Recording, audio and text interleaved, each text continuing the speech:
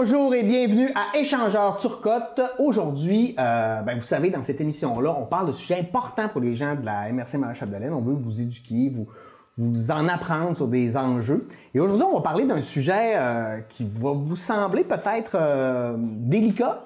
On va essayer de vous le vulgariser correctement. On va parler de l'aide médicale à mourir. Et avec moi, pour en parler, j'ai Cathy Goulet. Bonjour Cathy. Allô. Et Émilie Tremblay, intervenante. Merci, bonjour. Émilie, ça va bien? Oui. Oui, vraiment, on va définir ça, l'aide médicale à mourir. Qu'est-ce que c'est, Émilie? En fait, l'aide médicale à mourir, c'est quand tu es dans une situation médicale, qu'il n'y a pas de retour en arrière, tu ne peux pas guérir. La possibilité, il faudrait regarder avec les médecins, les critères, tout ça. Moi, je ne suis pas médecin, puis je ne veux pas aller là-dedans dans les détails, mais c'est que tu as le choix maintenant, est-ce que tu veux mourir dans la souffrance et l'agonie ou tu peux faire un choix d'aller vers l'aide médicale à mourir et de mourir en dignité, soit dans une maison palliative ou soit dans les maisons privées. Maintenant, je sais qu'il y a certains endroits que tu peux le faire, que ça te permet d'entourer des gens que tu veux, de te préparer et tout ça. Que l'aide médicale à mourir, c'est... De ma définition personnelle, j'irai avec ça. Je ne sais pas si Cathy avait ajouté, elle, de sa définition personnelle. C'est un soin médical qui est éthique. C'est moral, c'est légitime, c'est légal. C'est prodigué par des médecins qui ont à cœur la vie, vraiment. Puis qui sont là, qui ont toujours voulu sauver. Puis là, ils sont là pour venir répondre à un besoin, pour venir sauver leurs patients qui, en fait, veut avoir juste une fin de vie en toute dignité. Là, oui, le mot dignité est important. Vraiment. C'est l'objectif, tu sais. Moi, je peux parler de ma mère, mais quand elle est décédée, elle n'est pas vraiment décédée dans la dignité. Puis ça, je ne dirais pas traumatisé, mais ça a laissé des séquelles. Ça existe depuis pas si longtemps. Là. Et puis, on sait, c'est Véronique Yvon qui avait piloté le projet, qui avait été accepté. Puis maintenant, c'est un modèle même pour le Canada. Est-ce que...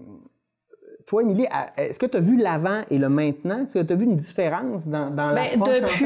Depuis un an, là, ça m'a vraiment, j'ai fait un peu le saut dans le sens que je voyais que ça s'en venait. Ma mère est décédée il y a 4 ans.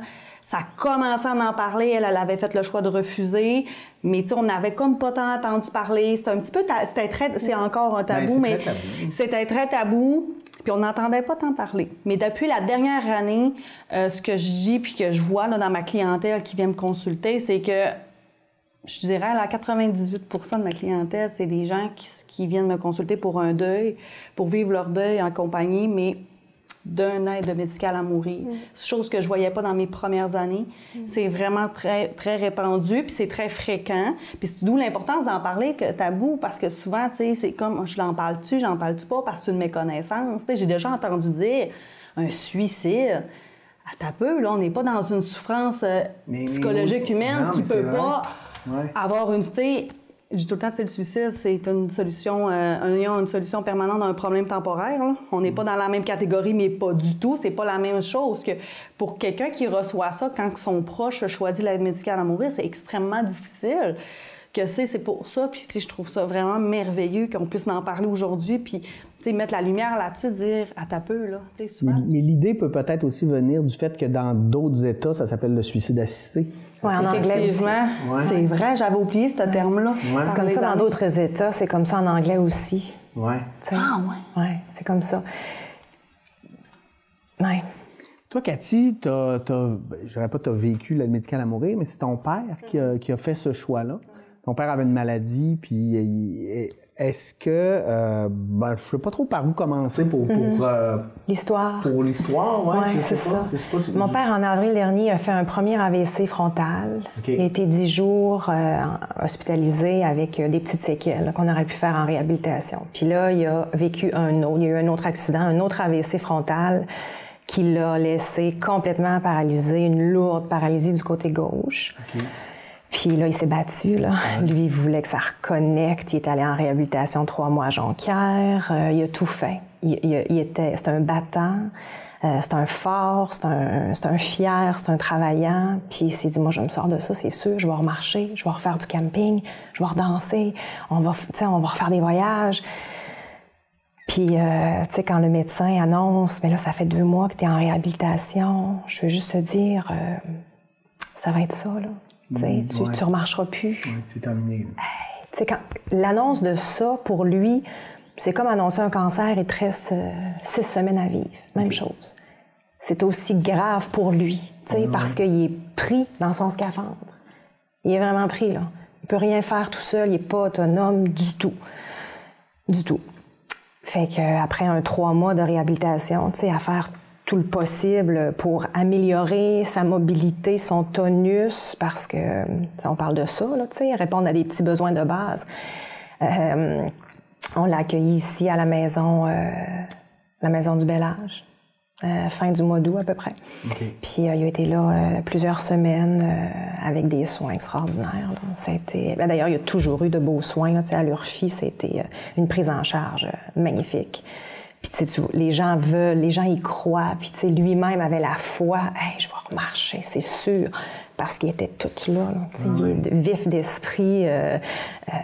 Content d'avoir de la visite aussi, là, tu sais. Fait que quand il est revenu ici, puis ça reprend pas, puis là, ben, je suis alitée toute la journée. Je commençais à avoir des douleurs, vraiment, des grosses douleurs. Puis là, je peux me lever avec un bras parce que, tu sais, je vais aller à la toilette, là. Mais à un moment donné, ça lève plus. Le dos bloque, des grosses douleurs, l'incontinence, des urines avec ça, tu sais.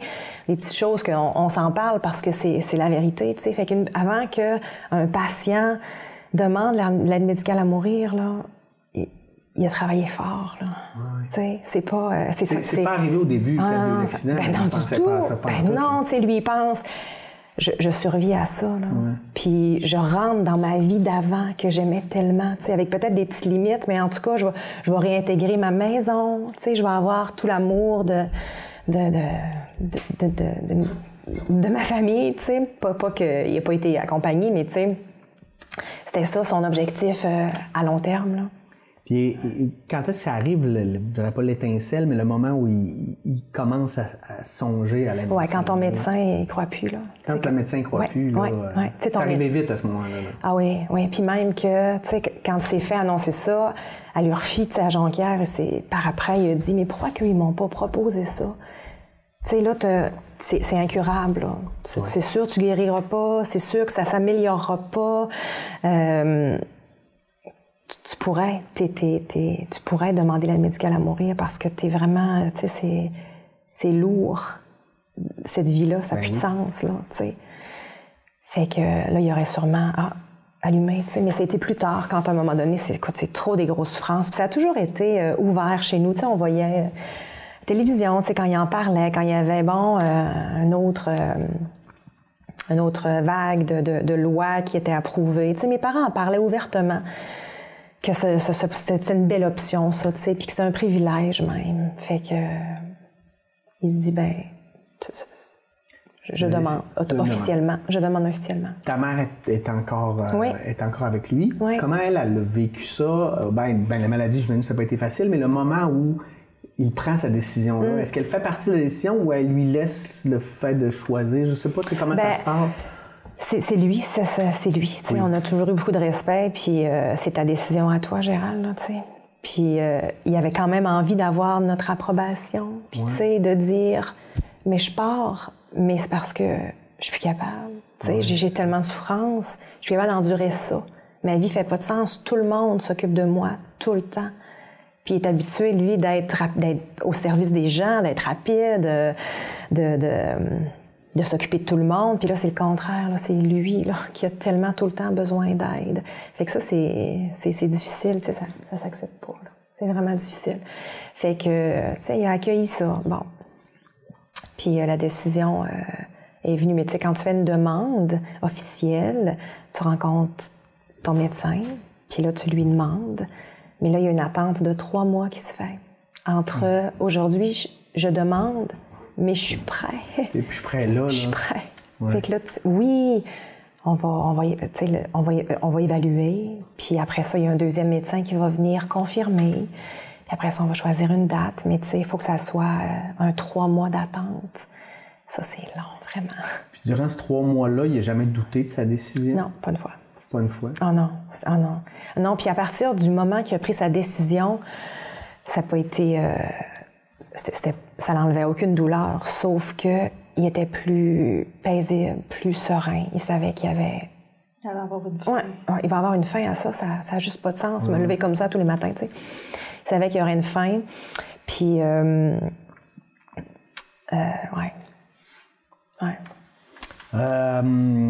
Émilie, il y a comme un tabou en train quand on parle de la mort. La mort tout court, oui. La mort tout court. Non, mais c'est vrai, là, absolument. Puis quand on tombe là-dedans de choisir la mort, est-ce que toi, tu vois des gens, des fois, qui je sais pas, qu'est-ce qui rebute les gens là-dedans? Ou c'est quoi les pour et les contre, là? Tu sais, comme...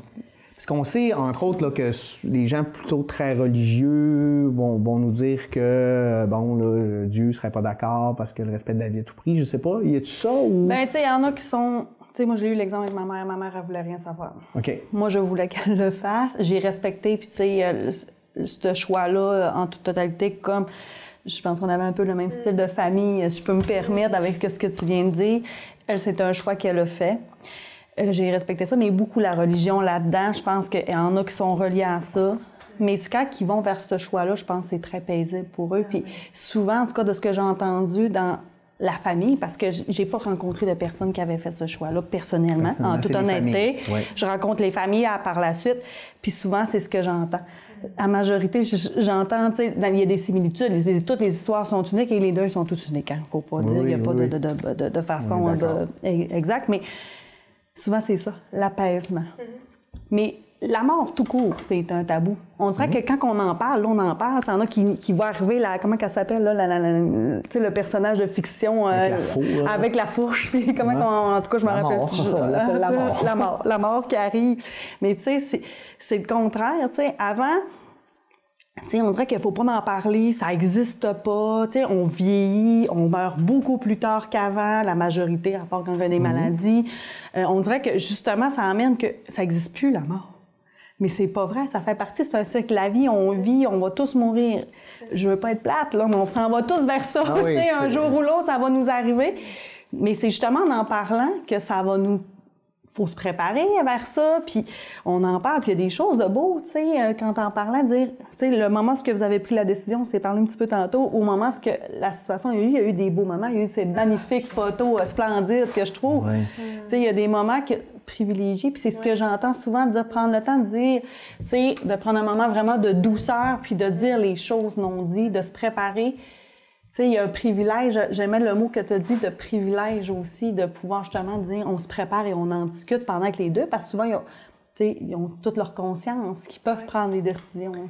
Oui, puis est-ce qu'il y a aussi le fait de dire à quelque part, je vais prendre le temps de revoir tous les gens qui ont été importants pour moi une dernière fois, puis tout le monde le sait que c'est ça, fait que ça rend aussi ça beau, en fait, les rencontres, je sais pas, est-ce que ton père a pris le temps de faire ça? Ah oui, il y avait beaucoup de visiteurs. Il y a toujours eu beaucoup de visiteurs. Là. Les gens sont venus le voir à toutes les semaines. Il y a eu beaucoup de visiteurs, mais tu sais, quand il a annoncé, en bouche à oreille, tu sais, quand on l'a annoncé, là, oui, il y a eu beaucoup de gens qui sont venus pour le voir, puis pour le voir une dernière fois, puis là, j'aurai encore le temps, je vais revenir une dernière fois, puis tu sais, ces gens-là n'ont pas fait le cheminement qu'on a fait, si tu veux. Fait qu'ils arrivent là avec toutes leurs émotions, là. Puis même que lui était réconfortant pour eux. Tu sais, c'est un patient qui avait beaucoup d'accueil, qui avait beaucoup d'écoute, puis qui était réconfortant. Fait que ces gens-là, ces malades-là, qui ont pris la décision, sont en paix avec leur décision, sont bien. Fait qu'ils sont, tu sais, limite capables de réconforter, d'accompagner, pas parce qu'il n'y a pas d'explication à donner nécessairement, mais juste dans leur état, dans leur énergie, dans leur paix. Puis au moment où ça s'en vient, là, que c'est demain ou que c'est tantôt, là, c'est quoi l'état d'esprit qu'ils ont, les personnes qui choisissent l'aide médicale à mourir? Ils ont hâte. C'est ça que c'est un peu ça que je voulais pas le nommer comme ça, mais je disais, c'est un peu comme... Lui, il disait, tu sais, quand il y a eu une date, là, puis là, il disait à ma mère, comment il me reste 2 jours? OK. Ben, dis là, on ne comptera pas les jours. Je vais te dire, il reste 5 dimanches. 5 dimanches. OK. 5 dimanches, c'était plus facile que Oui, ben, c'était plus facile. Fait que là, c'était un dimanche. Puis mon père est super croyant, là. Là, c'était au-delà de mes convictions. Tu sais, je m'en vais rejoindre... Parce que mon frère est décédé en 91. Fait que, tu sais, je m'en vais rejoindre mon fils. Puis c'est le 13 février. Merveilleux. Je vais aller célébrer la Saint-Valentin avec mon fils. C'était comme ça. Lui, c'était son... moi, là, je m'en... un projet. Ouais, je m'en vais vers la vie éternelle. Je fais pas un abandon de ma vie ici. J'aurais tellement aimé ça, rester ici encore plus longtemps. Puis c'est comme ça qu'on lui a tous dit nos au revoir. Là. Il y a eu des adieux là, de la part de toute la famille. Là. Puis lui, c'était pas « je vous abandonne », c'est juste hey, « je m'en vais, je transfère. » C'est mon nouveau projet. Puis je vais être encore là avec vous autres. Mais ça va être différent. Ouais, je me libère de mes souffrances. Ouais, c'est ça. C'est beau. Vraiment, puis tu sais, c'est ça, la délivrance de la souffrance. Ouais. Ah oui, t'entends beaucoup ça aussi, j'imagine. Ouais. Ben, c'est ça la dignité, en fait, qu'on veut pas mourir. En tout cas, j'ai des images, moi, de ce que j'ai été obligé de faire avec ma mère, puis elle, si elle avait eu le choix, c'est sûr que c'est le choix qu'elle aurait eu, qu'elle aurait pris. Tu sais, souffrir à chaque jour. Oui. C'est long une journée. Puis, tu sais, se faire laver par des inconnus. Ils sont super, les préposés. Il y a des... Tu sais, dans le domaine de la santé, malgré tout, sont exceptionnels. Oui, puis quand tu es en résidence, mais tu as toujours les mains. Oui, tu sais, c'est exactement. Mais ça reste que c'est pas le fou. Tu sais, ma mère, elle disait tout le temps, c'est ton intimité. Non, puis je sais pas ta mère avec quel âge, mais ma mère, à l'âge où elle lavait, elle pouvait plus nous le dire, mais on le savait quand c'était un homme qui venait la laver, elle aimait pas ça. Elle était plus âgée, puis elle préférait quand c'était des femmes. On le sentait, mais elle était pas capable de nous le dire. Mais oui, ça a un lien aussi avec cette dignité personnelle. C'est toute la dignité, ça affecte la dignité quand même. Quand tu parles d'urine, des problèmes au niveau de ça, qui se retrouvent avec des couches et tout ça, puis là, tu es conscient de ça. C'est pas une chose agréable pour personne. Là. Non. Tu sais, c'est vraiment... J'aime le privilège de mourir dans la dignité. Je pense que c'est la plus belle chose. Le privilège, j'aime ce mot-là, de dire... oui, c'est vraiment ce que Katia a dit tantôt. Oui.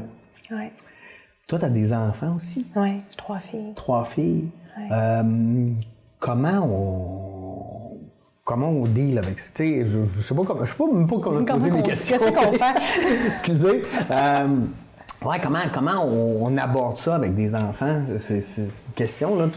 Les enfants, moi, sont plus grandes, là, 14, 15, 16 ans. Fait que les enfants sont là au quotidien. Fait qu'on l'a visité partout. On l'a visité aux soins intensifs, on l'a visité en réhabilitation, à Jonquière, on l'a visité beaucoup à Dolbeau. Fait que quand lui dit « Vous me voyez souffrir », il n'aimait pas ça, lui. Lui, il était tellement accueillant, là. C'était pas ça. Il n'y a eu aucune gêne. Il était tellement résilient. Une totale résilience. C'est ça qu'il a vécu. Fait que, tu sais, quand les filles venaient le voir, il était content. Il était vraiment content de voir la visite.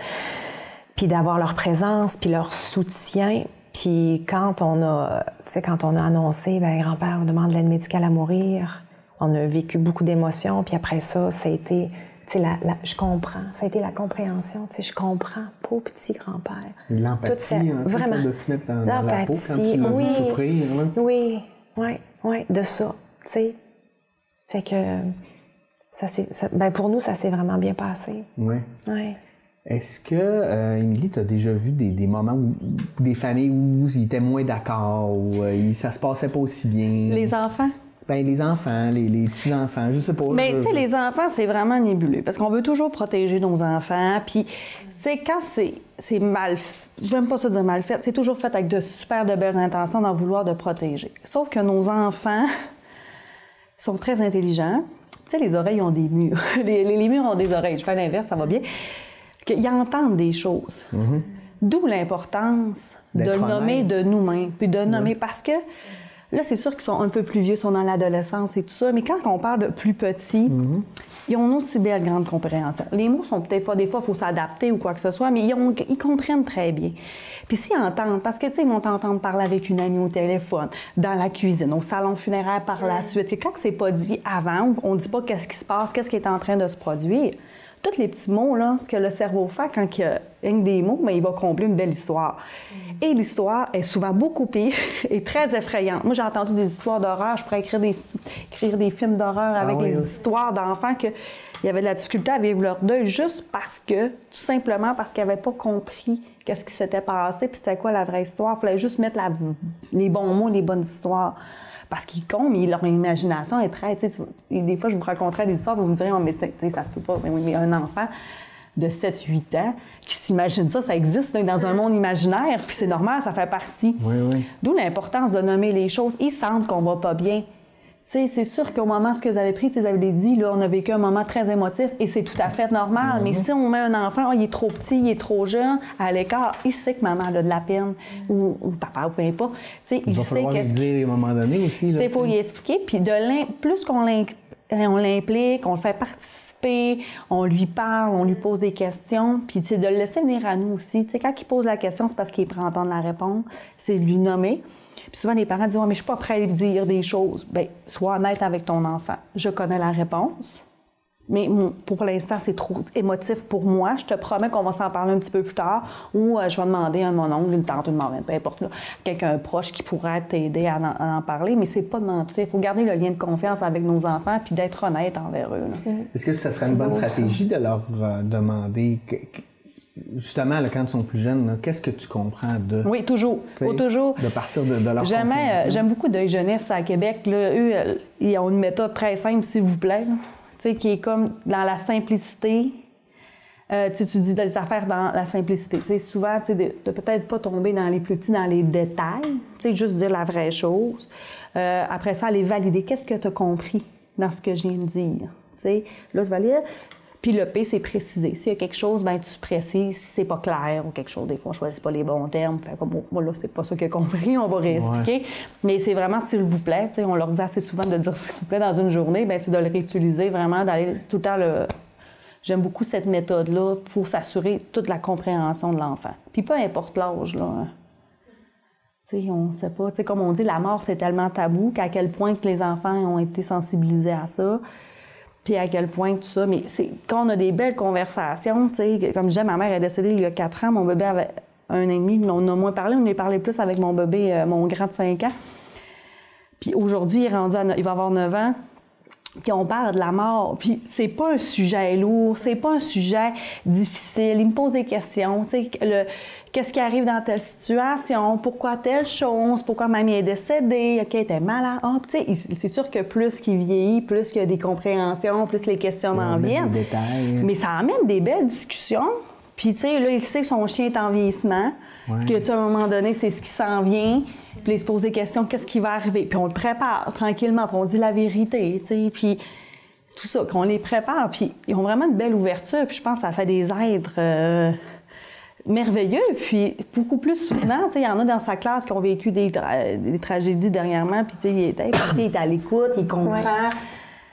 Ça fait partie de la vie. Ouais. On ne peut pas les empêcher de vivre ça. Ils s'outillent juste un petit peu plus. Ils s'outillent, oui, puis c'est transférable dans n'importe quoi. Tu vas vivre un échec dans ta vie, tu vas avoir des difficultés parce que, on parle là, de l'aide médicale à mourir, le deuil d'une mort, mais tu as toutes les pertes importantes dans ta vie qui vont t'emmener dans un processus. C'est perdre ta job, une relation amoureuse, une séparation. Il y a plein de choses qui peuvent arriver. On pourrait en parler pendant des heures. Les grosses émotions de tristesse. Là, oui, dans une grande peine. Que tu prends le temps d'en discuter, puis comme tu dis, le mot outils, on les outille, puis on les emmène à pouvoir avoir un coffre à outils. On ne pourra pas toujours être là. Puis, non, puis comme tu le disais, je ne sais plus si c'est avant ou tantôt, là, mais il n'y a personne qui nous a dit qu'on n'allait jamais mourir. Là. Sinon, on va vivre avec une grande amertume une grande partie de notre vie. Là. Exactement. Ouais. C'est ça. Souvent, on a une tendance à vouloir nous protéger nos enfants dans une bulle de papier, mais malheureusement, on ne peut pas faire ça. Ils vont se confronter dans la vie, puis plutôt qu'on en parle, qu'on les prépare, pas les rendre anxieux. Là. Je ne veux pas dire qu'on va leur dire à tout prix qu'on va mourir, là. Mais tu sais... Parce qu'on est mieux de faire ça qu'ils en parlent à l'école, entre amis, puis finalement, des fois, l'histoire qui se raconte, ça soit un peu n'importe quoi, là. Exactement. Ouais. T'as amené une belle photo. Ça, c'est... Vous avez décidé de... C'est ton père qui voulait ça aussi? Non, ça fait partie de ce qu'on peut préparer, tu sais, dans l'attente du 3 mois. C'est quand on sait que, bon, qu'est-ce qu'on aimerait faire des dernières fois? Fait que là, on a fait tous les dîners avec lui, les dimanches midi, tu sais, ce qu'on faisait tout le temps en famille. Fait qu'on a repris des petites routines comme ça qui faisaient plaisir, malgré qu'il était vraiment fatigué. Fait qu'il y a un bon dimanche qu'on a dit, bien, on va faire venir notre ami photographe, puis on va prendre des petites photos, tu sais, juste sur le vif, des petites photos, là, tu sais. Puis c'était un beau moment. Puis lui, comment est-ce que vous l'aviez averti? Vous êtes arrivé avec cette idée-là? Oui, j'avais dit ça. J'aimerais-tu ça prendre des photos avec parce qu'il connaît Isabelle, tu sais, si je sais pas, en Normandin. J'ai dit, elle viendrait ici, puis elle nous ferait une petite séance de photos, tu sais, on pourrait avoir des photos parce que, tu sais, quand t'as pris cette décision-là, ben tu le sais que... Tu le sais que tu peux préparer, là. Il y a des choses que tu peux vivre une dernière fois, puis c'est possible. Fait que la planification de ça peut être agréable, tu sais. Fait que ça a été ça. On a fait une séance de photos, on a fait plusieurs choses, mais... Oui, c'est bien le aussi. Respect, on voit l'amour,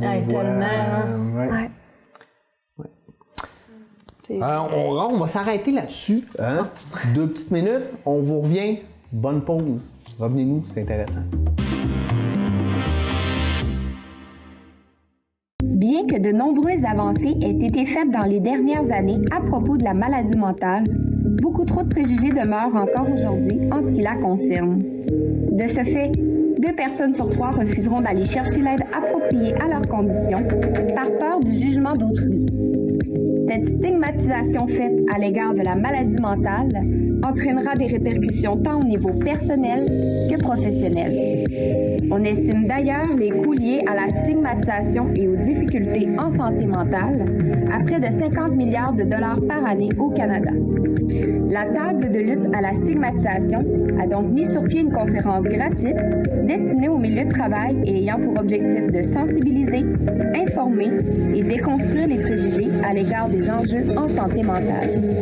Pour plus d'informations concernant la conférence ou pour en savoir davantage sur les actions du comité, rendez-vous sur la page Facebook de la lutte à la stigmatisation. Ensemble, contribuons à mettre fin aux mots qui parfois font plus mal que les mots.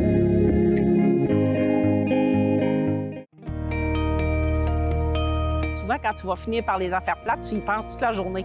Ah là, il faut que je fasse ça, là, il faut que je fasse ça, là, il faut que je fasse ça.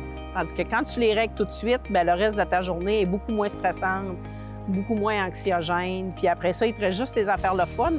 Puis moi, j'aime le bénévolat aussi. Je fais du bénévolat dans ma paroisse. Puis je ne me gêne pas de le dire. Moi, je suis quand même pratiquant. Puis moi, ma paroisse, mon église, elle est importante. J'ai décidé de mettre du temps sur moi, de méditer, de lire, de penser à des belles choses. Des fois, je colore, je joue de l'ordi, je fais du tricot. Fait que je fais des affaires de même. C'est ça, là, la joie là, qui me rend heureuse. Moi, il y a plein de choses qui me rendent heureuse. Enfin, pas mal tout me rend heureuse. Je m'organise pour que ce soit du bonheur pour moi. Même si c'est négatif un peu, je vois le positif. C'est sûr que la famille, c'est très important pour moi. C'est une de mes valeurs fondamentales. Que je vais surtout prendre le temps d'aller les voir, d'aller discuter avec mes grands-parents, d'aller leur apporter soit des petits repas, de la soupe ou des desserts que je fais. C'est de se sortir de cette situation-là pour avoir un regard un peu plus objectif sur la situation. Puis ça permet aussi de se remettre en question sur nos gestes, nos actions, nos paroles et aussi de remettre en question ce que les autres autour de nous font, ce qu'ils communiquent, ce qu'ils font comme gestes.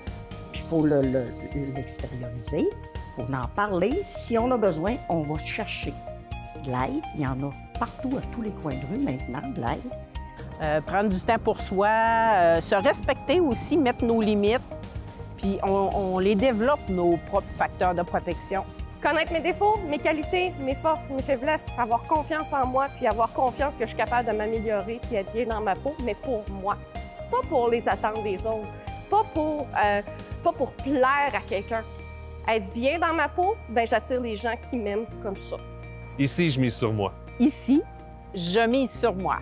Ici, je mise vraiment sur moi. Ici, je mise sur moi. Ici, je mise sur moi.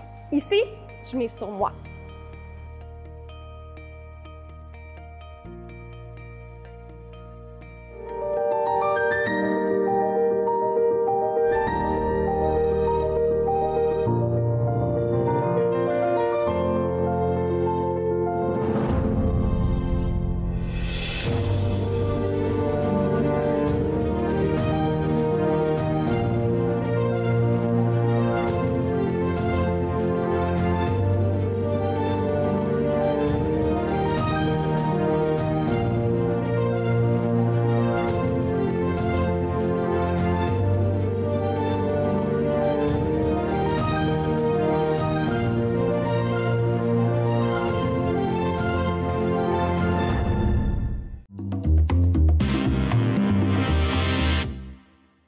est de retour. On continue à parler de l'aide médicale à mourir avec Cathy Goulet et Émilie Tremblay.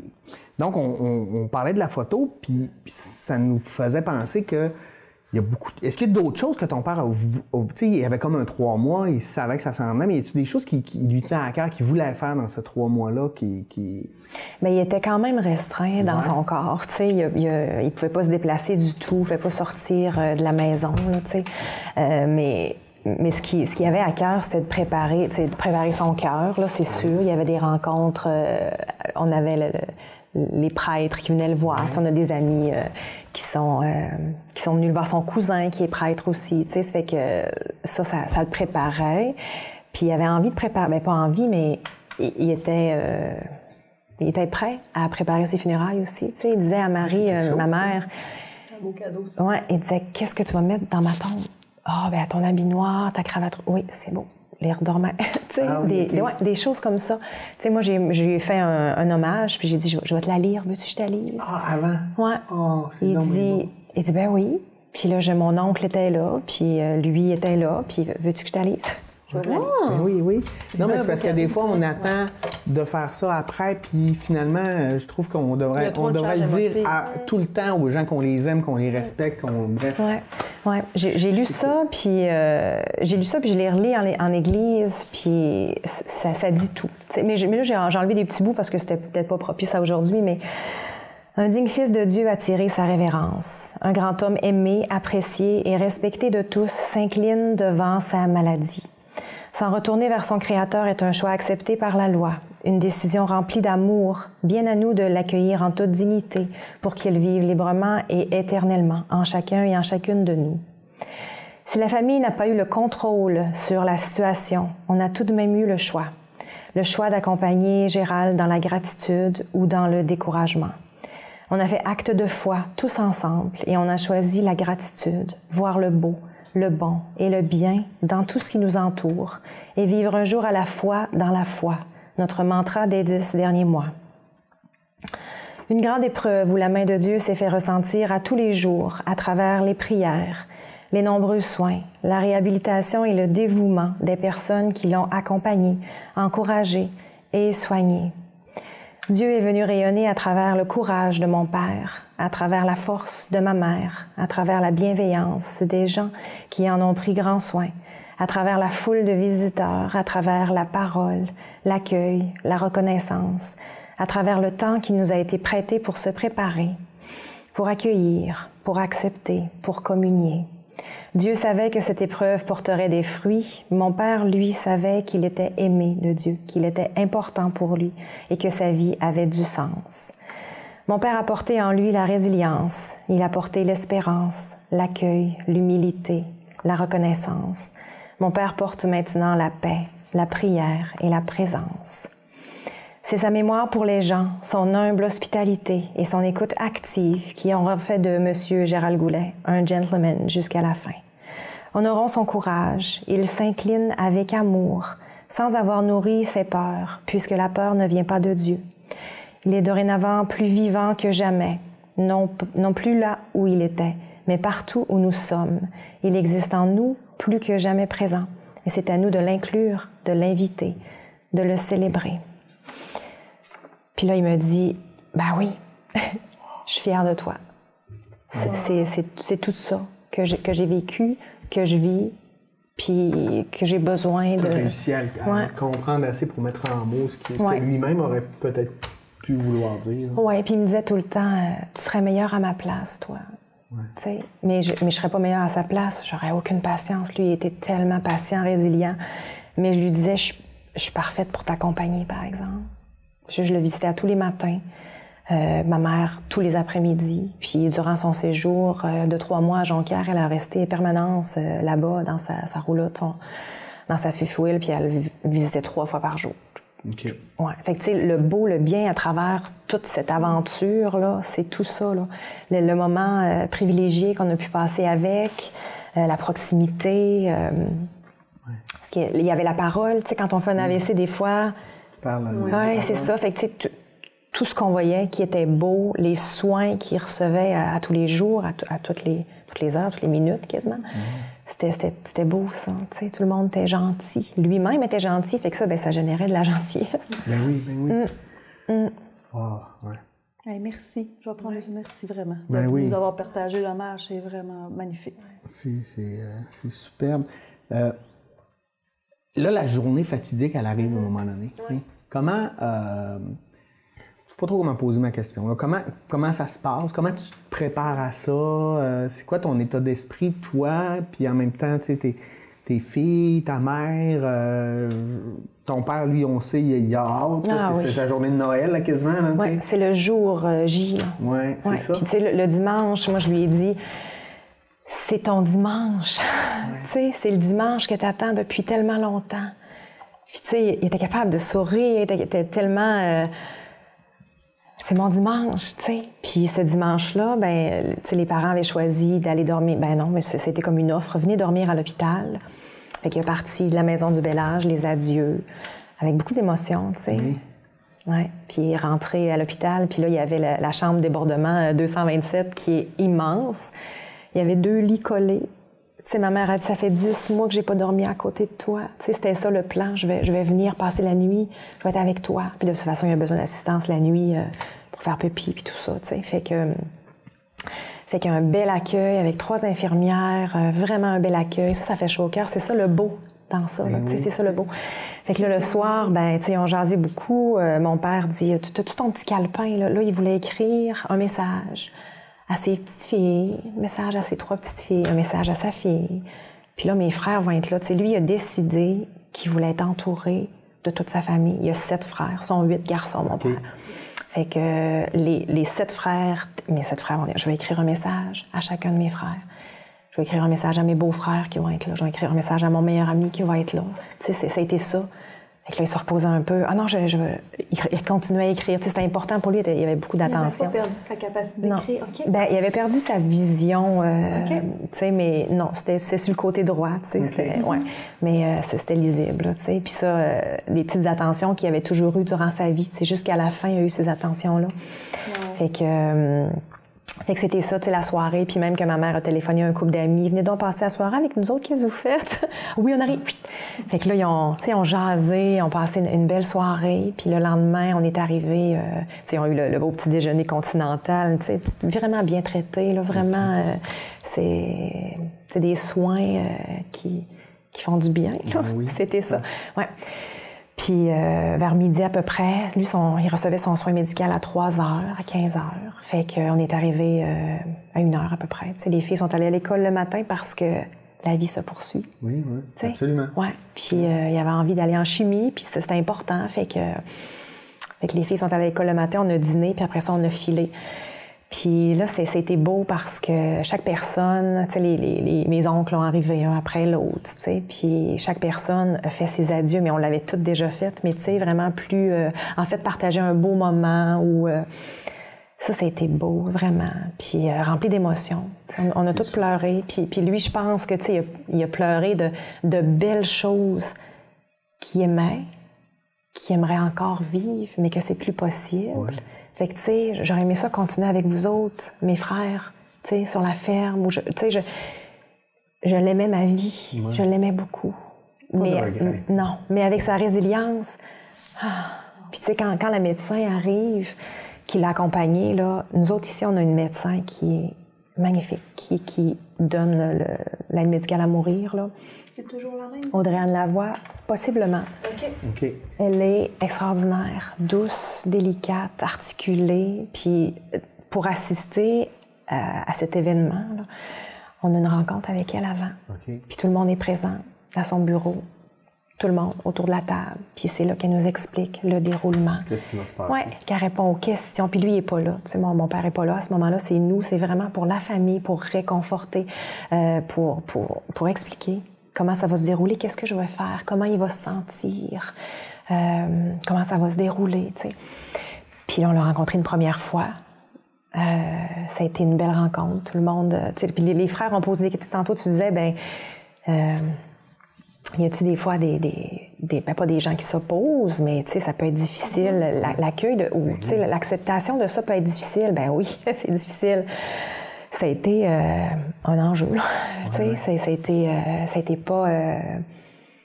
Non, ça a été pas facile. Non. Ça de la même manière, non, parce que c'est pas tout le monde qui le voyait au quotidien. Quand tu le visites aux 2 semaines, lui, il est content de te voir, fait qu'il est accueillant, puis il est chaleureux, il est gentil, il s'intéresse à toi, il pose des questions.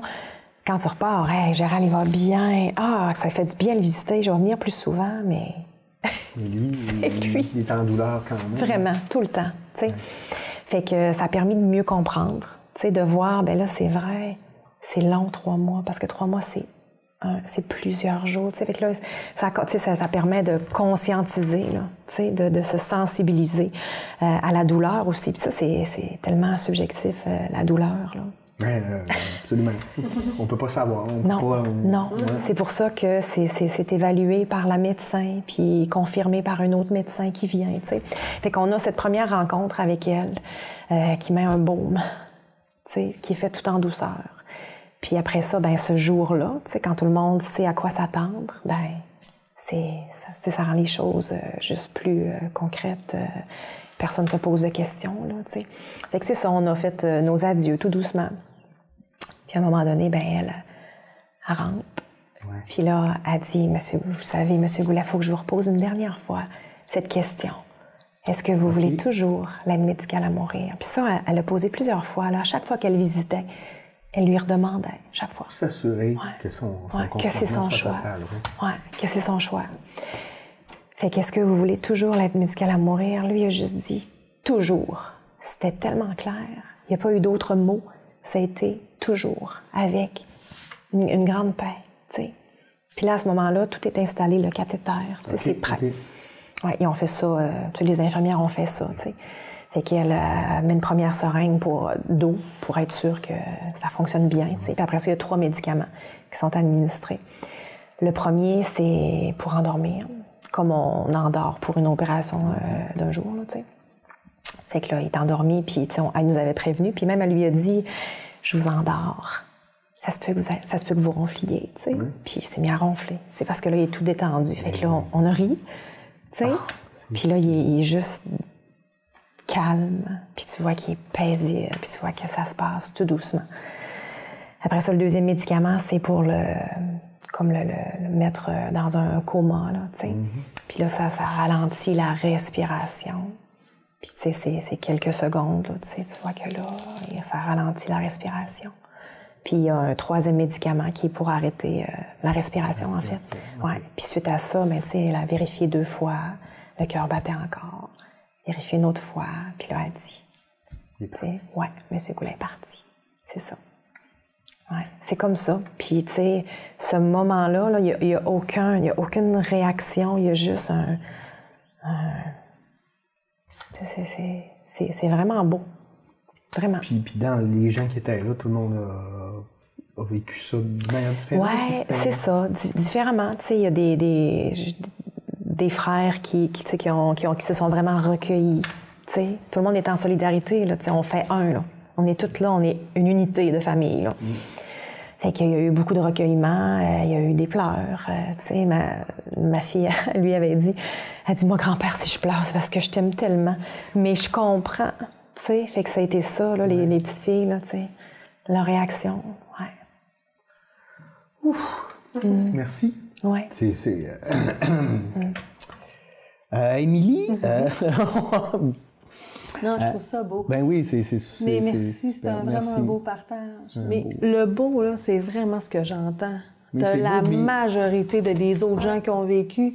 C'est surprenant qu'on t'aime. Je dirais pas que t'es radieuse, mais t'es en paix avec ça, ça se voit. Oui, parce que, tu sais, c'est un long processus. Ouais. Il y en a eu beaucoup des pleurs, là. Oui, c'est ça. Vraiment. Ah oui, vraiment. Puis, tu sais, tu peux pas comprendre. C'est juste tellement injuste.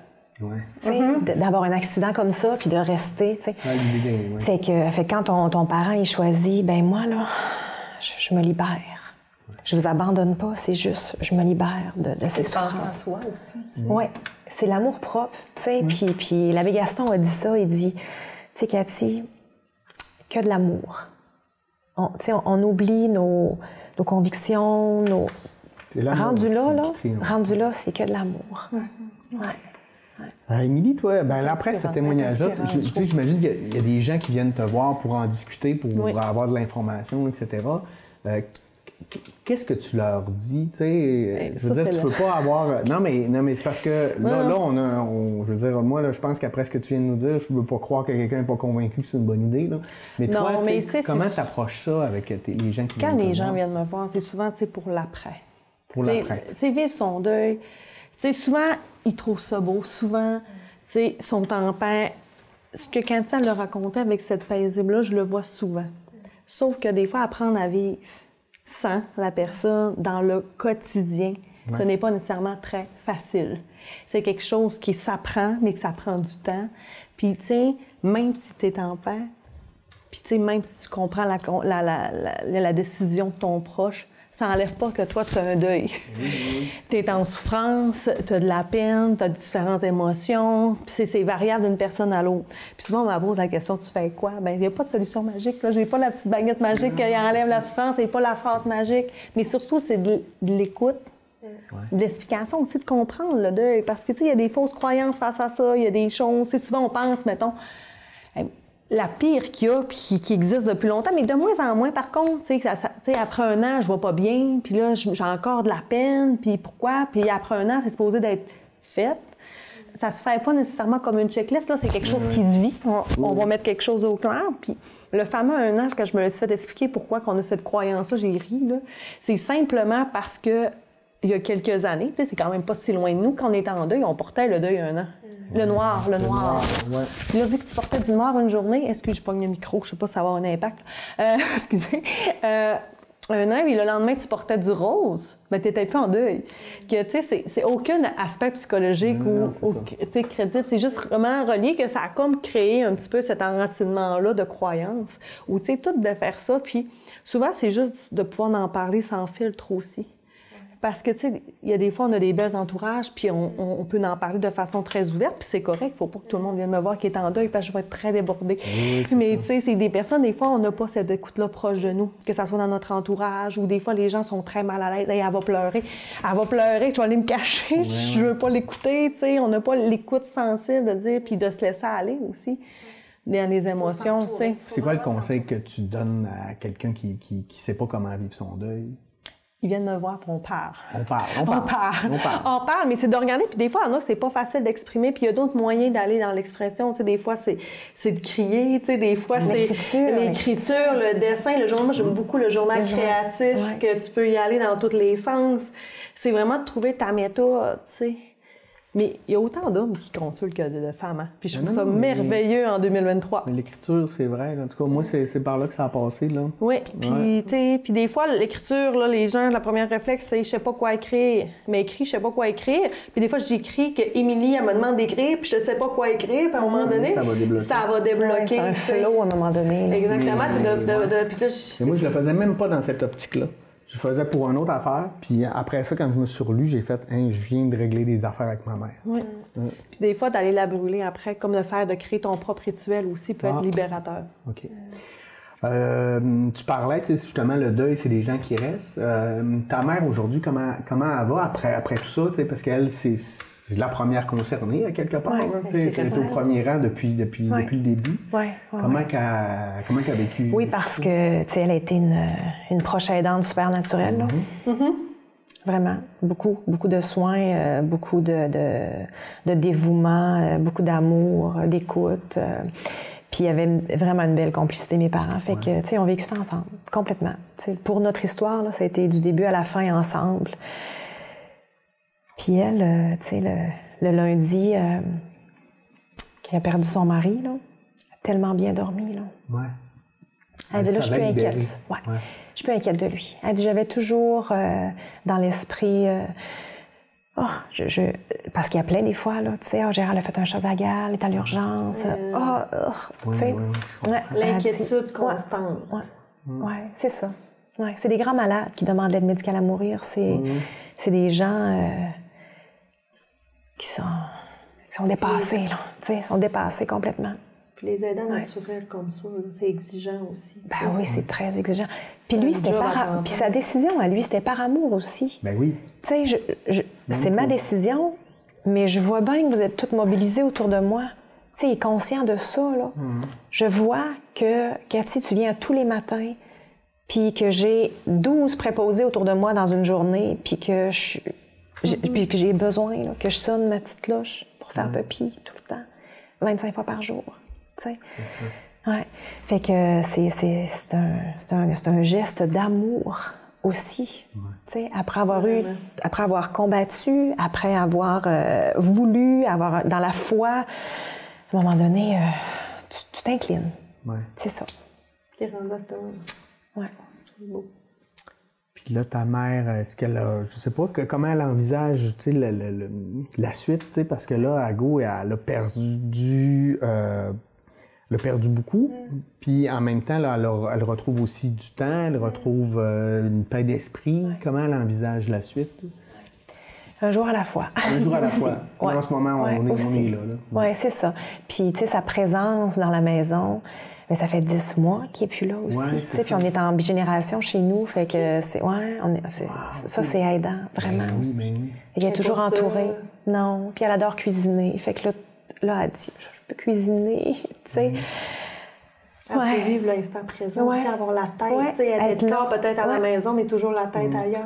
Oui, dans le moment présent. Puis tu vois, il y avait des gens qu'on connaît qui, tu sais, le mari qui est mort, tu sais, Gérald, lui, c'était le lundi, bien le mardi, tu sais, une mort accidentelle, là. Mais tu sais, Gérald, mon père, ça aurait pu être ça, fatal, mais sauf qu'il est resté avec des séquelles, mais tu sais, pour cet homme, ça a été fatal, là, tu sais, puis on est allés au salon funéraire, les deux ensemble, parce qu'on les connaît très bien, puis on les porte dans notre cœur, puis on est allés.